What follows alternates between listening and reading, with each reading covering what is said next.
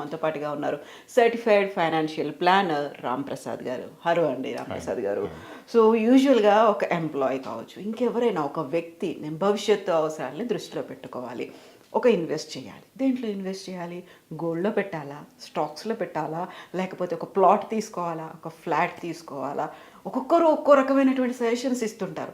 అసలే నాకుంది బ్లాంక్, ఒక క్వశ్చన్ మార్క్, ఇవన్నీ యాడ్ ఆన్ అవుతూ ఉన్నాయి. ఏం చేయాలి మేడం? ఫైనాన్షియల్ ప్లానింగ్ చేసుకోవాలి ఫస్ట్. అసలు ఏది ఏది కొనాలి కదా, అసలు కొనాలా వద్దన్నది కూడా క్వశ్చనే కదా. అవును, కొనాలా వద్దన్నది కూడా మొదటి ప్రశ్న కదా. కొనాలన్నప్పుడు ఏది కొనాలని, అసలు కొనే వరకు వెళ్ళాడా, డబ్బు రాగానే కొనేసేయాలా, సంపాదన మొదలుగానే పెట్టుబడి మొదలెట్టాలా? కాదు కదా. సేవింగ్స్ ఇన్వెస్ట్మెంట్లు అసలు ఏంటి, సేవింగ్స్ అంటే ఎలా చేసుకోవాలనేది. అంటే ఇప్పుడు ప్రతి వ్యక్తి యొక్క స్థితిగతులు వేరు కదా మేడం. అందరిది ఒకలా ఉండదు కదా. డబ్బు రాగానే చెల్లెలు పెళ్లి చేద్దామని పనిచేసే అతను ఒక అతను ఉంటాడు, అతనికి ఇన్వెస్ట్మెంట్ అందుకోసమే జాబ్లో జాయిన్ అయ్యే వాళ్ళు కూడా ఉంటారు. సో కాబట్టి ఫైనాన్షియల్ ప్లానింగ్ అంటే ఎక్కడ ఇన్వెస్ట్ చేయాలి అనే దానికన్నా కూడా అసలు ఇంతవరకు ఉన్న ఆస్తులు నా కోసం పనిచేస్తున్నాయా, అవి సరైన పెట్టుబడులేనా, రాబోయేది ఎక్కడ పెట్టాలి అని అడుగుతున్నారు. కానీ రాబోయేదానికి ఎక్కడ గ్యారంటీ లేదు కదా. శాలరీ ఇలానే ఉంటుంది, పెరుగుతుంది, ఎప్పటికీ ఆగదని. అందులో ఉద్యోగం ఉంటుందో పోతుందో కూడా తెలియదు. అప్పుడు ఏం చేయాలి? అది పోతే నా పరిస్థితి ఏంటి, దానికి నేను ప్రిపేర్డ్గా ఉన్నానా?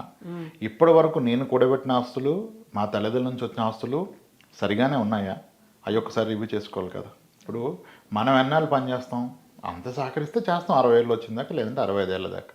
కానీ ఏదైనా తేడా కొడితే పని ఆగిపోద్ది, సంపాదన ఆగిపోద్ది. అప్పుడు ఎలా నా ఫ్యామిలీ అని హెల్త్ పరంగా కూడా చూసుకోవాలి. ఎస్, అది ఆ ఆలోచన చేసి ముందుగా ఏం చేయాలంటే ఫైనాన్షియల్ ప్లానింగ్లో ఫస్ట్ పార్ట్ నేనేం చెప్తానంటే ఇన్వెస్ట్మెంట్ కాదు, ఇన్సూరెన్స్ కమ్స్ ఫస్ట్.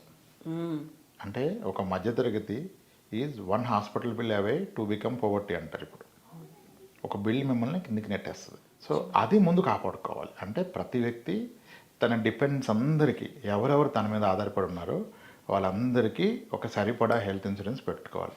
ఇది ఫస్ట్ పాయింట్. అది చేసేంత వరకు మీరు ఏ పెట్టుబడి పెట్టద్దు, గోల్డ్ డ్రింక్ కూడా కొనుక్కోద్దు. హెల్త్ ఇన్సూరెన్స్ అనేదే వీటన్నిటికీ కూడా అది ప్రొటెక్షన్ కదా. అది లేకపోతే అన్ని రిస్క్లో ఉన్నాయి కదా. కొన్న స్థలం అమ్మాలి, కొన్న బంగారు వస్తువు అమ్మేసేయాలి, తాగట్టెట్టాలి, ఇల్లు అమ్ముకోవాల్సి రావచ్చు. ఒక ఇంటర్మీడియట్ ఫస్ట్ ఇయర్ అమ్మాయికి మేజర్ ఫీవర్ వచ్చి అదేదో బ్రెయిన్లోకి ఎక్కేస్తే 3 నెలల క్రితం కొన్న ఫ్లాట్ అమ్మేసిన వ్యక్తి కూడా ఉన్నారు. ఒక 8 నెలల క్రితం జరిగింది. యూజువల్గా ఉండే ఒక కాన్సెప్ట్, మనకి ఇప్పుడు బాగున్నాం కదా, భవిష్యత్తులో కూడా ఏం కాదు, మన ఫ్యామిలీ హిస్టరీ కూడా ఇలాంటిది ఏం చెప్పట్లేదు, ఎందుకు అనవసరంగా ఇన్వెస్ట్ చేయాలి, ఇన్సూరెన్స్లు ఎందుకు పెట్టుకోవాలి, ఎందుకు పెట్టుకోవాలి, డబ్బులు దండక్ కదా, బాగానే ఉన్నాం కదా. బాగానే ఉంటేనే పాలసీ ఇస్తారు, బాగోకపోతే పాలసీ ఇవ్వరు. బాగోనప్పుడు పాలసీ ఇస్తే బిల్లు కట్టం కదా. హాస్పిటల్కి వెళ్ళే ముందు ఇన్సూరెన్స్ అతను పిలిచి కట్టుకొని హాస్పిటల్కి వెళ్ళిపోతాం కదా. ఇది ఫస్ట్ పాయింట్, అందరూ మిస్ అవుతున్నారు. హెల్త్ ఇన్సూరెన్స్ లేకుండా ఎటువంటి పెట్టుబడి పెట్టడానికి కానీ ప్లానింగ్ కానీ ఎవరికి అర్హత లేదు. ఇది మొదటి పాయింట్. నెక్స్ట్ పాయింట్, సంపాదించే వ్యక్తికి ఏమన్నా అయితే ఏంటి, వ్యక్తి రేపు లేకపోతే ఏంటి అనేదానికి కూడా సమాధానం దొరకాలి కదా. వ్యక్తి ఉంటే సంపాదిస్తాడు, కష్టపడతాడు, ఏదో ఒకటి చేస్తాడు, కింద మీద పడతాడు. ఆ వ్యక్తే లేకపోతే అప్పుడు నా ఆప్షన్స్లో కూడా నా ఫ్యామిలీ, నేను లేని లోటు తప్ప ఇంకా వేరే లోటు ఉండొద్దు అనే విధంగా ఒక లైఫ్ ఇన్సూరెన్స్. మళ్ళీ లైఫ్ ఇన్సూరెన్స్ అనగానే ఎంత వస్తుంది కాదు, అసలు ఏమీ రాదు. ఇన్సూరెన్స్ అంటే ఏమీ రాంది, మన రిస్క్ని వాళ్ళు ట్రాన్స్ఫర్ చేసుకునేది ఇన్సూరెన్స్ కదా. ఒక ప్యూర్ లైఫ్ ఇన్సూరెన్స్ అని టర్మ్ ఇన్సూరెన్స్ పాలసీలు ఉంటాయి. వాటిని అందరికీ ఇవ్వరు. ఆరోగ్యం ఉండాలి, ఆదాయం ఉండాలి, ఈ రెండు ప్రూవ్ చేసి మళ్ళీ క్రాస్ చెక్ చేసి మీ పే స్లిప్లు, బ్యాంక్ స్టేట్మెంట్ క్రాస్ చెక్ చేసి మీ కంప్లీట్ బాడీ చెకప్ చేసి ఓకే ఈ వ్యక్తికి ఏమీ కాదంటే అప్పుడు ఇస్తాడు. 1 కోటి రూపాయల పాలసీ, 2 కోట్ల పాలసీ, 5 కోట్ల పాలసీ. కానీ దానికి ప్రీమియం చాలా తక్కువ ఉంటుంది. చాలా తక్కువ ఉన్నారు, 30,000 అయిపోద్ది అంటే 1 కోటి రూపాయల కవరేజ్కి 30,000 అంటే తక్కువే కదా. అంటే వయసుని బట్టి అది తీసుకోవాలి. అప్పుడు ఏంటి, మీరు సంపాదిస్తున్న ప్రతి రూపాయి సేఫ్ అయిపోతుంది. సరిపడా హెల్త్ ఇన్సూరెన్స్ ఉంది, సరిపడా టర్మ్ ఇన్సూరెన్స్ ఉంది. ఇప్పుడు మీరు ఏది కొన్నా సేఫ్. వ్యక్తికి జబ్బు పడితే అమ్ముకోవాలి, వ్యక్తికి ఏమన్నా అయితే ఉన్నాయని అమ్ముకోవాలి. కొన్నిసార్లు ఇవాళ రేపు హెల్త్ ప్రాబ్లం వస్తే కూడా ఉన్నాయని అమ్మాల్సిన పరిస్థితులు వస్తున్నాయి కదా. మరి ఈ రెండు లేకుండా ప్లానింగ్ ఎక్కడిది, ఎక్కడ పట్టాలన్న ప్రశ్న ఉద్భవించకూడదు అసలు. ఎందుకని అసలు ఇప్పటికీ హెల్త్ ఇన్సూరెన్స్ అంటే ఒక రకంగా మనం అశుభాన్ని ఎందుకు ఊహించుకుంటున్నాము అనే ఒక దాని సెంటిమెంట్ అనాలా, ఎలా చూస్తారు అసలు మీరు దాన్ని? మీరు ఈ సజెషన్ ఎవరికైనా ఇచ్చారనుకోండి, ఎన్ని రకాలుగా ఇన్వెస్ట్మెంట్ చేయాలి అంటే కాదండి ఫస్ట్ ఇన్సూరెన్స్ చేయించుకోండి, ఎలా తీసుకుంటారు దాన్ని? ఇన్సూరెన్స్ లేకుండా 1 రూపాయి ఇన్వెస్ట్మెంట్ నేను తీసుకోను. మీరు ఎక్కడైనా తీసుకోండి, ఇన్సూరెన్స్ తీసుకుంటే తప్ప ఇన్వెస్ట్మెంట్ పెట్టే ఎలిజిబిలిటీ హక్కు మీకు లేదని చెప్పేస్తాను, క్లియర్గా చెప్తాను. అది కూడా 5 లక్షలు 10 లక్షలు అసలు వద్దని చెప్తాను. హెల్త్ ఇన్సూరెన్స్ ఒక 50 లక్షలు కోటి రూపాయలు చెప్తాను. ఎవరు నమ్మరు. అంతెందుకు అవుతుంది? 20 లక్షలు అవసరమా?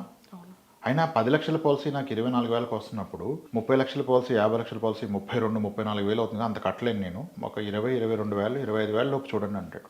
నా ప్రశ్న ఏంటంటే 10,000 ఎక్స్ట్రా ప్రీమియం కట్టలేని వ్యక్తి రేపు ప్రాబ్లం పెద్ద అయితే లక్షలు ఎక్కడి నుంచి కడతాడు మేడం? నువ్వు నేను కట్టలేనని 5 లక్షలు తీసుకుంటున్నావే నేను కట్టలేనని, రేపు ప్రాబ్లం పెద్ద అయితే 15 లక్షలు బిల్ అయితే 10 లక్షలు ఎక్కడ తెస్తావు అప్పు? ఎన్ని సంవత్సరాలు వెనక్కి వెళ్ళిపోలే ఒక వ్యక్తి? ఫ్యామిలీ. ఎస్. సో అక్కడ బేరాలు ఆడవద్దు. అంటే ఏజెంట్స్ కూడా ఎలా ఉంటారంటే పాపం ఆయనకున్న స్థితిగతులను బట్టి కదా, ఆయనది అది వ్యాపారం కదా. అంటే ఈరోజు ఒక పాలసీ టార్గెట్స్ ఏం లేదు. ఇప్పుడు అంతా ఏజెంట్స్ ఇండిపెండెంట్ వాళ్ళు, కానీ ఆయన పరిస్థితులు ఉంటాయి కదా, పిల్లలు ఫీజులు కట్టుకోవాలి కాబట్టి మీరు గట్టిగా మొండికేస్తే మీరు అడిగిందే ఇచ్చేసి వెళ్ళిపోతాడు. ఏదో ఒకటి ఇస్తే చాలు కదా, సొల్యూషన్ ఇచ్చే ప్రయత్నం చేయకపోవచ్చు. మనం ఆలోచించుకోవాలి. ఎందుకంటే మనం తీసుకున్న హెల్త్ ఇన్సూరెన్స్ ఈరోజు అవసరానికి కాదు, మన భవిష్యత్తు అవసరానికి. భవిష్యత్తు ఎంత పెద్దది? 30 ఏళ్ళు 40 ఏళ్ళు ఉంటామా? ఉండం కదా. 40 ఏళ్ళ తర్వాత ప్రాబ్లం వస్తే సరిపడే ఇన్సూరెన్స్ ఈరోజు తీసుకోవాలి.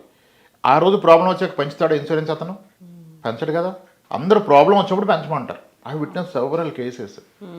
లింఫ్ నోడ్ క్యాన్సర్ వచ్చింది, అది చాలా వచ్చాయి.